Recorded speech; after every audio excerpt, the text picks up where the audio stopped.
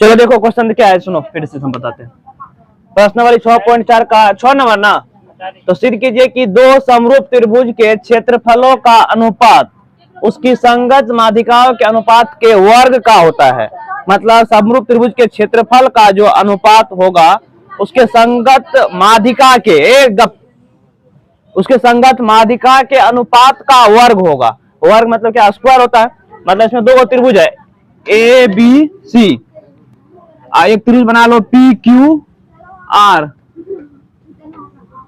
P Q R. मान लेते हैं इसकी जो माध्यिका है ये ए एम है और इसकी माध्यिका मान लो क्या पी एन मान लेगा, पी एन है, कुछ भी मान सकते हैं।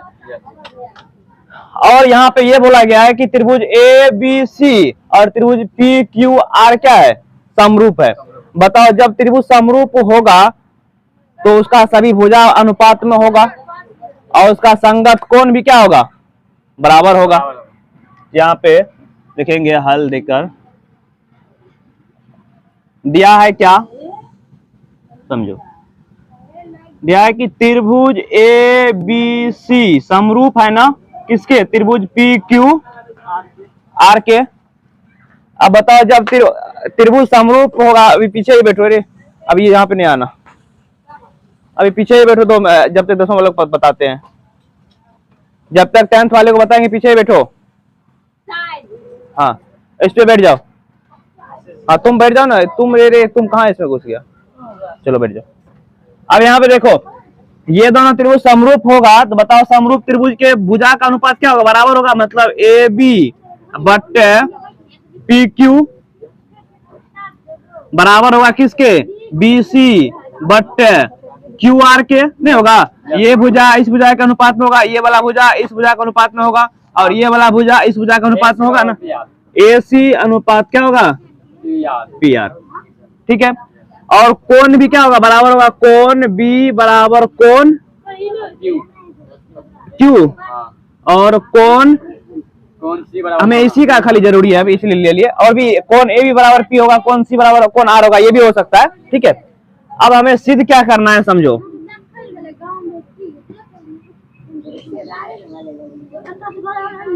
सिद्ध करना है कि तो यहाँ पे क्या करने आई है, सिद्ध करना है कि एरिया ऑफ त्रिभुज ए बी सी, मतलब त्रिभुज ए बी सी का क्षेत्रफल का अनुपात त्रिभुज पी क्यू आर के क्षेत्रफल का अनुपात बराबर होगा उसके माध्यिका के वर्ग के अनुपात के। मतलब एक ए एम बट्टे पी एन के स्क्वायर के क्या होगा, ये बराबर होगा। ये हमें सिद्ध करना है। अब यहाँ पे समझो एक बात, शुरू में बताया जब त्रिभुज समरूप होगा तो समरूप त्रिभुज के क्षेत्रफल का अनुपात उसके भुजा के वर्ग के अनुपात के बराबर नहीं होता है, होता है ना, ये तो होता है। तो यहाँ पे हम जानते हैं, लिखेंगे चूंकि यहाँ से प्रूफ में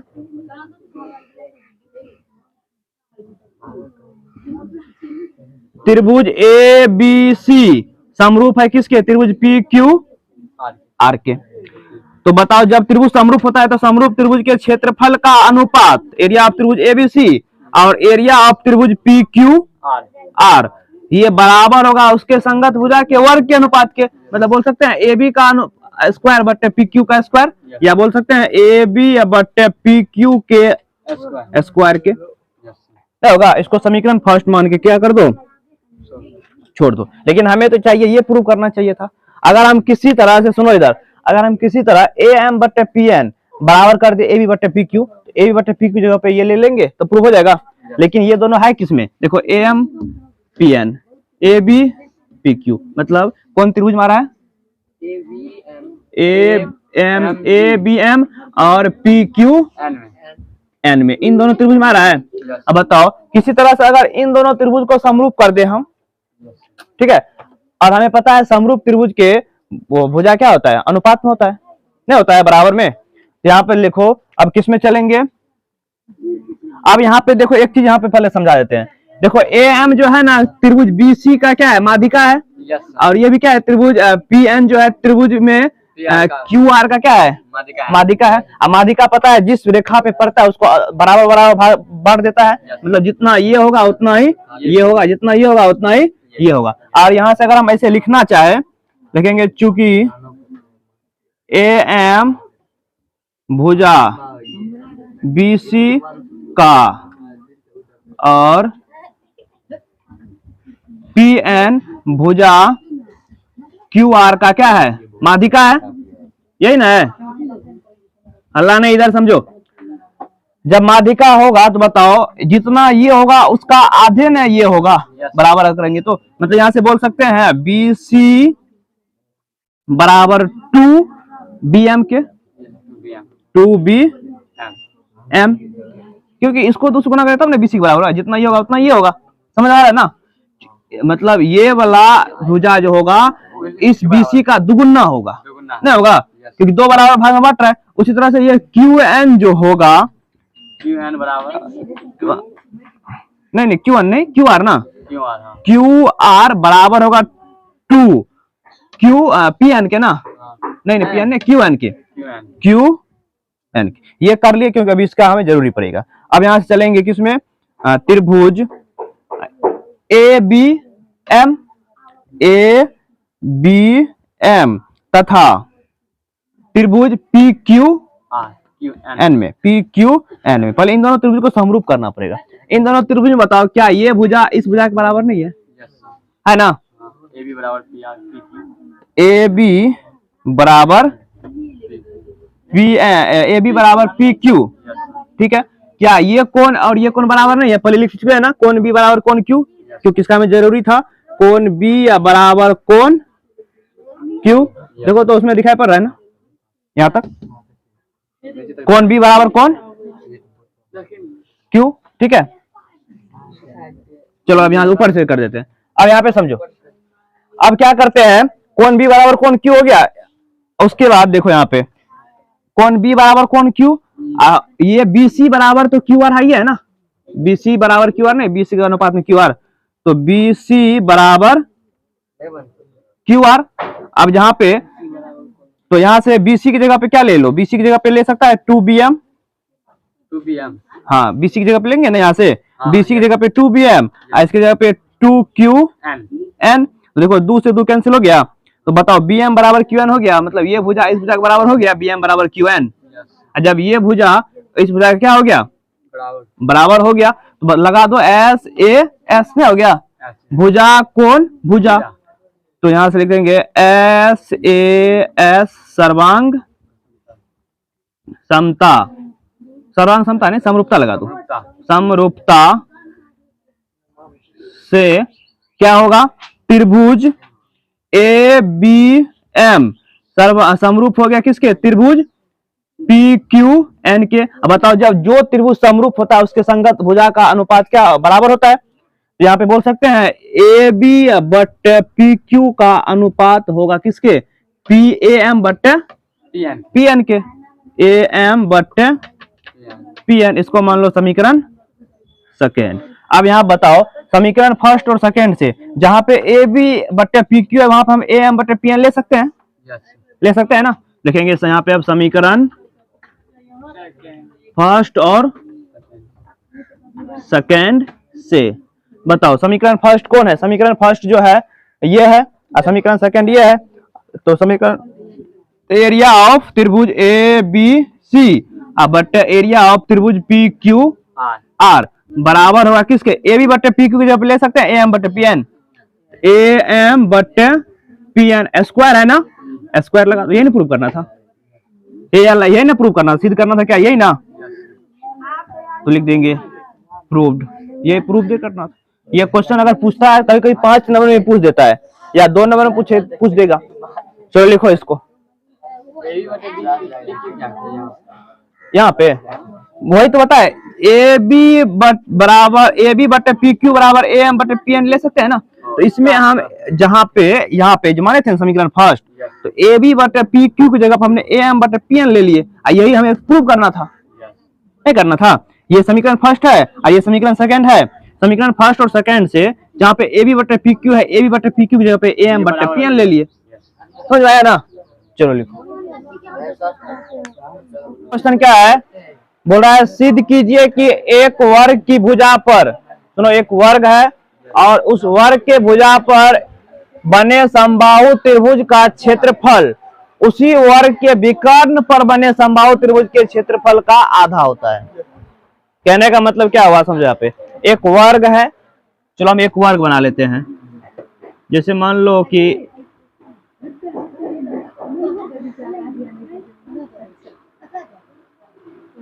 ये एक वर्ग है, ठीक है। मान लो ए बी सी डी, ठीक है। वर्ग के एक भुजा पर बना गया समबाहु त्रिभुज, मतलब मान लो कि ये एक वर्ग है और वर्ग की एक भुजा ये है ना, एक कोई भुजा मान लो, इस पे मान लो एक समबाहु त्रिभुज बना हुआ है। हमने एक समबाहु त्रिभुज बना लिए, इसका नाम दे दो ई, ठीक है। उसके बाद इसके विकर्ण पर एक और समद्विबाहु त्रिभुज बना दिया गया है। इसका विकर्ण बताओ, ये होगा विकर्ण,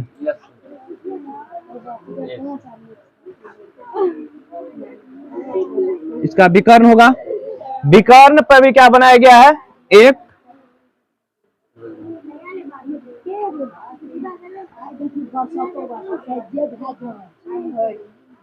समबाहु त्रिभुज को बनाया गया है।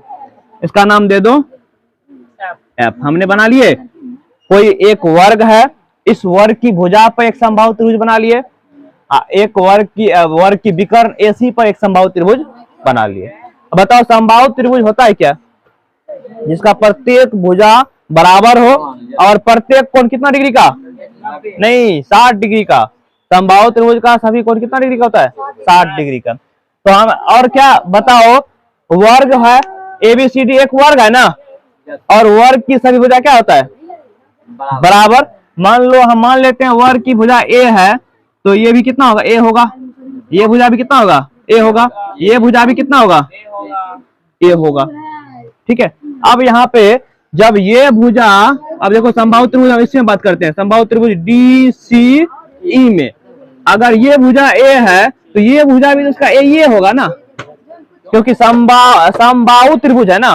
समबाहु त्रिभुज का एक भुजा जितना ये होगा उतना ही तीनों होगा। ए अब यहाँ पे देखो, तो ये ए हो जाएगा, ये भी कितना हो जाएगा, ए हो जाएगा।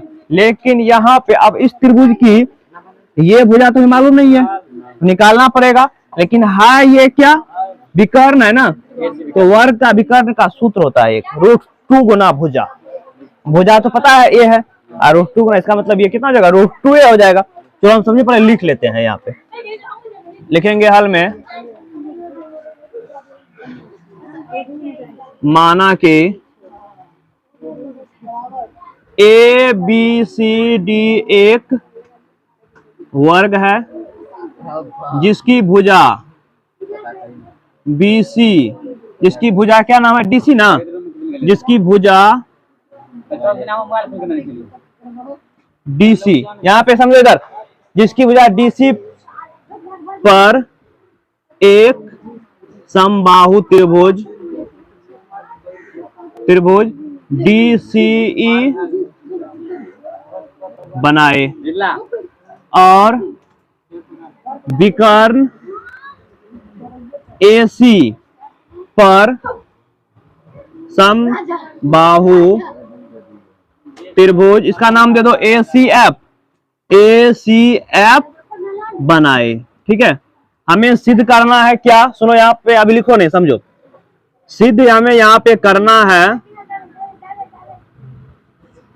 सिद्ध करना है कि, समझो यहाँ पे हमें ये सिद्ध करना है कि इस त्रिभुज का जो क्षेत्रफल होगा, मतलब विकर्ण पे बना क्षेत्रफल, इसका क्या होता है, दुगुना होता है, या मतलब या बोल दो इसका जो यहाँ पे क्या बोला है, वर्ग की भुजा पर बने समबाहु त्रिभुज का क्षेत्रफल, ठीक है। वर्ग के भुजा पर जो क्षेत्रफल बनेगा उसका आधा होगा किसका, वर्ग के विकर्ण पे बना, मतलब ये दुगुना है किसका, इसका। मतलब हमें सिद्ध करना है क्या, एरिया ऑफ त्रिभुज DCE बराबर होगा 1/2 किसके, एरिया ऑफ त्रिभुज ए सी एफ के, ए सी एफ के। ये हमें सिद्ध करके इसको दिखाना है, गापरे सिद्ध करना है। चलो यहाँ पे हम लिखेंगे प्रूफ। अब एक बात बताओ, समबाहु त्रिभुज का सही भुजा क्या होगा, बराबर तो होगा ही। तो कहाँ पे ए सी एफ होगा, ए सी कहाँ पे, हाँ डी सी ई होगा, डी सी ई। ये त्रिभुज का क्षेत्रफल आधा होगा किसके, त्रिभुज ए सी एफ के, इस बराबर त्रिभुज के क्षेत्रफल के। तो यहाँ पे आप देखो, यहां से देखो हम क्या किए, लिखेंगे चूंकि वर्ग की विकर्ण, वर्ग की भुजा, मान लेते हैं, माना कि वर्ग की भुजा बराबर मान लिए ए है, ठीक है। तो वर्ग का विकर्ण क्या होता है, ए, समझ में नहीं आता है, वर्ग का विकर्ण क्या होता है, सुनो यहाँ पे,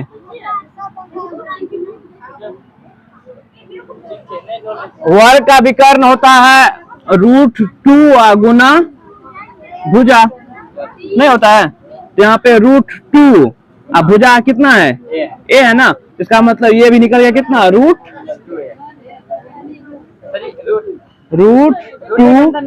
ए, नहीं भुजा अलग है, रे लड़के रे नाइट क्यों इतना अलग करती है, कौन अलग कर रही है।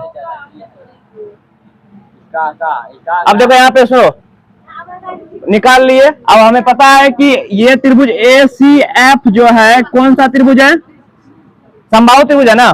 समबाहु त्रिभुज का सभी भुजा क्या होता है, समान होता है। तो ये भी कितना हो जाएगा, √2a, ये भी कितना हो जाएगा, √2a, ठीक है।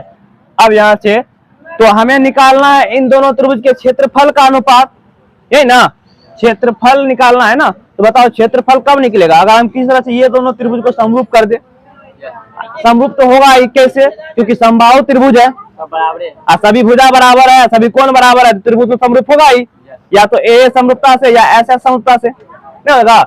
लिखेंगे यहाँ पे चूंकि त्रिभुज डी सी ई और त्रिभुज ए सी एफ क्या है, एक समबाहु त्रिभुज है, समबाहु त्रिभुज है, इसीलिए ए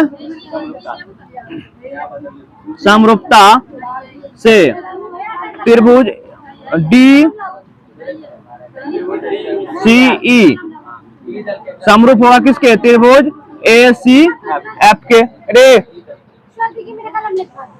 आज दे रहे, रुको देखो सब, त्रिभुज ए सी एफ के, ठीक है। अब जब बताओ, जब त्रिभुज समरूप हो गया तो हम लिख सकते हैं एरिया ऑफ त्रिभुज D C E but area of त्रिभुज ए सी एफ। सिद्ध कर चुके हैं ना कि समरूप त्रिभुज के क्षेत्रफल का अनुपात उसके संगत भुजा के वर्ग के अनुपात होता है। तो DCE का भुजा क्या है, ए मान लो, ये भुजा मान लो DE है, तो DE, और ये मान लो AF मान लो, कुछ भी मान सकते हैं। AF का क्या होगा, स्क्वायर होगा। अब यहां पे समझो, तो एरिया ऑफ त्रिभुज DCE, एरिया ऑफ त्रिभुज ACF बराबर क्या होगा, देखो DCE का भुजा कितना है, D है ना, D के बदले क्या है, A ना, तो A हो जाएगा, और AF का मान कितना है, √2a, √2a, इसका क्या है, स्क्वायर है। तो एरिया ऑफ त्रिभुज DCE बट एरिया ऑफ त्रिभुज ACF बराबर a स्क्वायर, और √2 का स्क्वायर 2a होगा, a स्क्वायर। देखो ये और ये कैंसिल हो गया, ए स्क्वायर क्या बचा, एक बचा। तो कहने का मतलब एरिया ऑफ त्रिभुज D C E, area of त्रिभुज ए सी एफ बराबर होगा 1/2 के। ये भागा में इधर आएगा तो गुना में हो जाएगा। तो एरिया ऑफ त्रिभुज डी सी ई बराबर 1/2 और एरिया ऑफ त्रिभुज ए सी एफ। क्या यही प्रूव करना था?